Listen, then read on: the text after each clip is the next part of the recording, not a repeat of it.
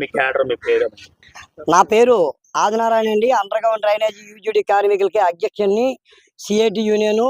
మా కార్మికులకి విశాఖపట్నం 350 మంది కార్మికులకి ఈరోజు 36వ నెంబర్ జీవో ప్రకారంగా పెరిగిన జీతాలు ఇవ్వలేదు. అలాగే సబ్బులు, నూళ్ళు, రెయిన్ కోట్లు, కాకి డ్రెస్సులు మొత్తం ఏదైతే మాకు ఇంప్లిమెంట్ చేయాలో మాకు ఇవ్వట్లేదు.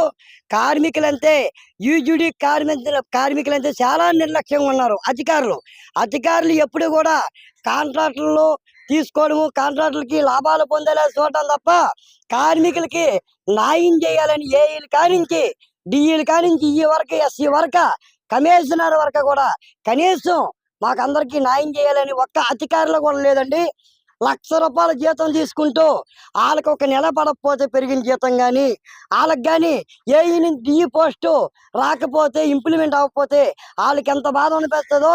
₹6,000 జీతంకి ఎంతో దూరం నుంచి వస్తున్నారు. ఆ ఛార్జీలకు కానీ, ఆ టిఫిన్ ఖర్చులకు కానీ వాళ్ళకే చాలట్లేదు. ఇంకా ఫ్యామిలీని ఏ రకంగా పోషిస్తారు?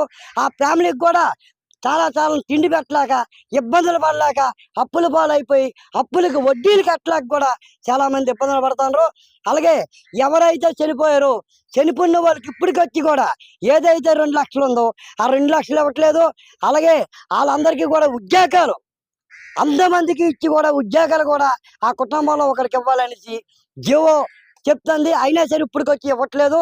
కార్మికులందరికీ కార్మికుల కష్టాన్ని చూసి ప్రభుత్వం జీవో వచ్చినప్పుడు అధికారులకి ఏంటి నొప్పు? అధికారులు ఇవ్వాలి కదా. అయ్యా, మేము మీడియా ద్వారా మీకు ఒకటే చెప్తాను, ఈరోజు ఇది స్టార్టింగ్.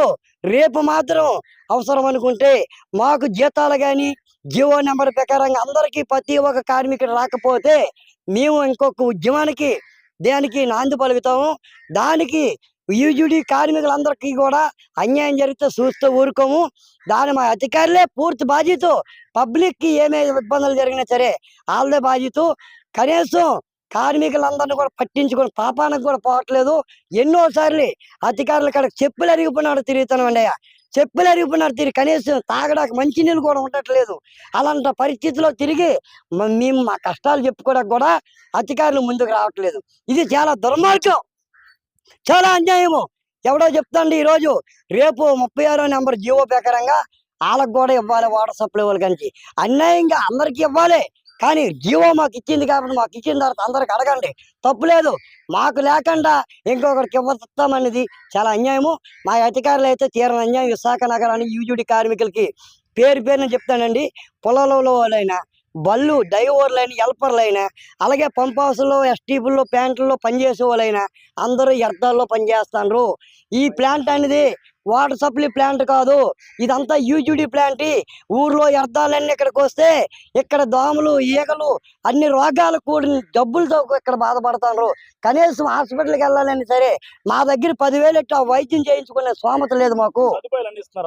సదుపాయాలు అయితే ఇప్పుడు వచ్చి ఎవరికి ఇంప్లిమెంట్ చేయట్లేదండి. ఇస్తామని చెప్తారు తప్ప ఇస్తామనే దానికి అర్థం ఏంటి? ఎన్ని రోజులకి ఇస్తారు? ఎన్ని సంవత్సరాలకు ఇస్తారు?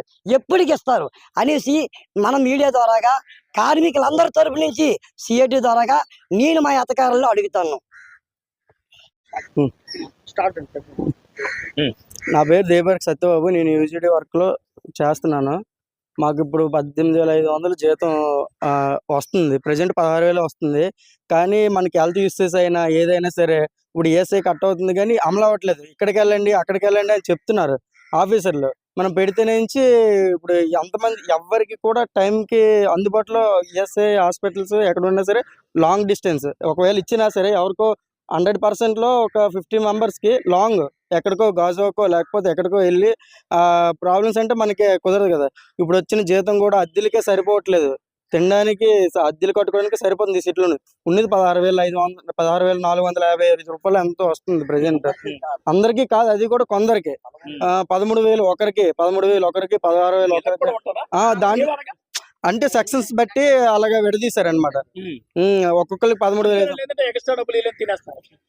అలాగేం లేదు కానీ అంటే ఇప్పుడు ఇప్పుడు ప్రెసెంట్ ఏంటంటే ఇంతకు ముందు అయితే 9,350 ఎంతో ఇచ్చేవారు సార్. ఒక డెత్ అయిన కానించి అప్పటి నుంచి అలాగే ఒక్కొక్కటి జరుగుతుంది. అప్పుడు దేబురు కప్పలకొండ అనే వ్యక్తి మా అన్నయ్య గారు చనిపోయారు. అప్పటి నుంచి ఇప్పుడు శాలరీలు పెరగడానికి కారణం అన్నీ ఒక వ్యక్తి. అప్పుడు కూడా చనిపోయిన దానికి ఈఎస్ఐ ఏం లేదు. అలాగా ఏం చేస్తారండి మీరు యూనివర్సిటీ వర్కర్కి పనులు ఏం చేస్తారు?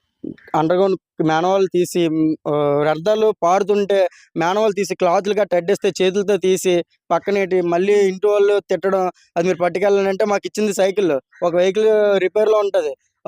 వెనకాతల మాకు ఒక వర్క్ ఇన్స్‌పెక్టర్ అనే వెనకాతల రారు. ఏదైనా చెప్పాలంటే మేమే సమాధానం చెప్పుకోవాలి. ఒక హౌస్‌లో ఉన్నోళ్ళు తిట్టినా మనమే భరించాలి. ఎన్ని తిట్టినా గానీ మనం డ్యూటీకెళ్ళి ఒక్క 5 నిమిషాలు డ్యూటీకి లేట్ వస్తే ఆబ్సెంట్ ఏసేస్తారు. ఆబ్సెంట్ ఏసి వెళ్ళిపోండి అంటారు. అలా చేస్తారు. ఇచ్చిన 16,000 చేతికొచ్చింది 16,500 ఆయన దేనికి సరిపోవట్లేదు. 36 జియో పాస్ చెయ్యాలి. చెయ్యకపోతే మళ్ళీ సమ్మెలోకి దిగుతాం సార్.